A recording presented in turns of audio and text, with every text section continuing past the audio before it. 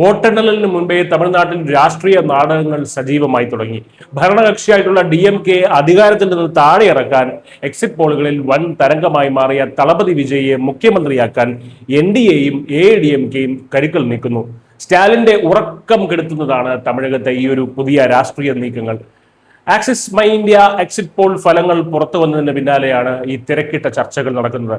234 അംഗ നിയമസഭയിൽ തളപതി വിജയുടെ തമിഴക വെട്രിക്കഴകം 98 മുതൽ 120 സീറ്റുകൾ വരെ നേടുമെന്നാണ് പ്രവചനം.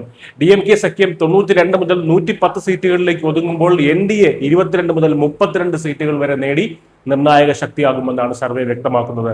മുഖ്യമന്ത്രി സ്ഥാനത്തേക്ക് 37% പേരുടെ പിന്തുണയോടെ തമിഴ്നാടിന്റെ ഏറ്റവും പ്രിയപ്പെട്ട നേതാവായി വിജയ് മാറി. മുഖ്യമന്ത്രി MK സ്റ്റാലിന് 35% പിന്തുണ മാത്രമാണുള്ളത്. ഇതോടെ വിജയുടെ പാർട്ടിയുമായി സഖ്യമുണ്ടാക്കാൻ AIADMK സാധ്യതകൾ തേടുകയാണ്.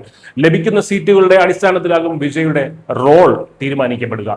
സർവേ പ്രകാരം DMKക്ക് ഒപ്പമെത്തി 35% വോട്ട് വിഹിതം TVK നേടും എന്ന് തന്നെയാണ് പ്രതീക്ഷിക്കുന്നത്.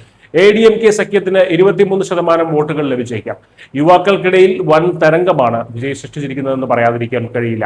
18 മുതൽ 19 വയസ്സ് വരെയുള്ള കന്നി വോട്ടർമാരിൽ 68%, 20 മുതൽ 29 വയസ്സ് വരെയുള്ളവരിൽ 59%, 30 മുതൽ 39 വയസ്സ് വരെയുള്ളവരിൽ 45% വിജയിക്കൊപ്പമാണ്.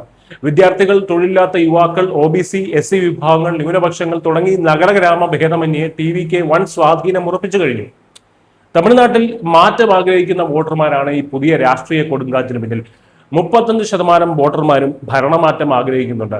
TVK അനുകൂലികളിൽ ഇത് 77%. കേവല ഭൂരിപക്ഷത്തിന് 118 സീറ്റുകൾ വേണ്ട തമിഴ്നാട്ടിൽ സർക്കാർ ഉണ്ടാക്കാൻ NDAയുടെ 22 മുതൽ 32 വരെയുള്ള സീറ്റുകൾ വിജയിക്ക് നിർണായകമാകും.